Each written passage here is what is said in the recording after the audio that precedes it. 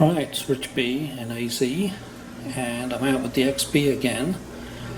The brake pedal getting soft and spongy has continued, despite me gluing the shims to the back of the pads. I'm guessing the heat from the brakes just burned the glue off.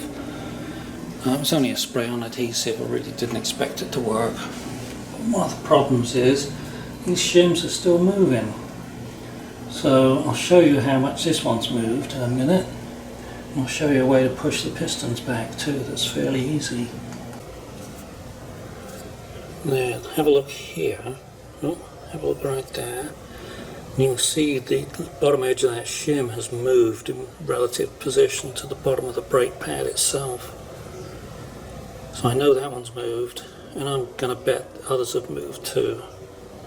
And I think that has some kind of an effect on the pads and how they work properly.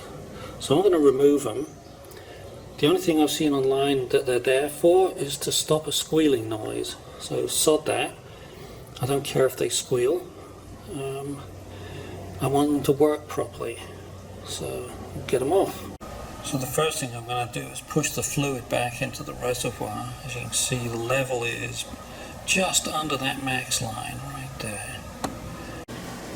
And now I'm going to get in here. This is the inspection hole right here. And when you're in the inspection hole, it's going to be really hard to show. You can get a screwdriver like this, and it ends up going in between brake discs like this. So right on this side, there we go. And you can just pull on that, and that's pushing the piston back into the caliper. You hear those things clicking? So it's pushing all the fluid back into the master cylinder. So, there we go. Hear that? That's those shims. So I'm going to go have a look at the master cylinder. So there it is. And the line is now the fluid level is just above that max line, which is fine. It's not flooding out the top. Now it'll be easy to take the caliper off. Okay, this is the inside pad and it's shifted. This is the outside pad. I think it's shifted a bit more than the inside one did. So I'll be taking those off today. Just leave them off. Clean the backs up so there's no glue on there. Yeah. So here we go, this is the inside one. I put a little bit of that special brake grease on the back. Just a very, very, very light coating. Hopefully it'll stop the bits where I scrape the paint off from rusting. Put a bit more on the sleeves that they fit in. So I'm going to stick these back in. Okay, so the torque for reinstalling these is 25 foot-pounds. They say to hold this other hex, but I've never had it turn on me for some reason. There we go.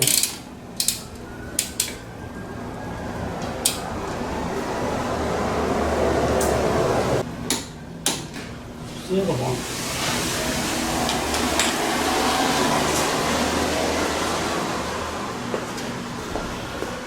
Okay, so the only thing I've got to do now is go back in and press the brake pedal about 4 times all the way down, and that'll send the pads back out. You can watch it move. I'll leave it here.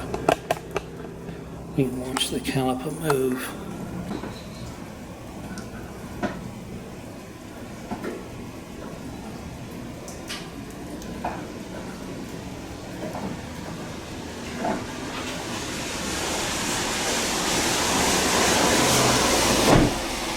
Well, that was pretty good. Only took a couple of presses, about 3 presses total. It was hard up as opposed to the 4.5 it was doing before with the shims in them. So, yeah, I think there may be something to that. Okay, I'm doing the other side now. So, this one's done. Got the wheel to go back on and everything, but I'm sure you've done that before.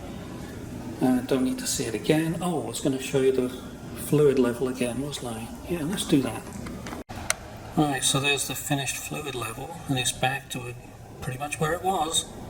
I can't tell the difference. It's right on the bottom of that max mark. So, yeah, It's an easy way, if you've got air in the system, this is an easy way to get air out of it rather than having to do all that bleeding.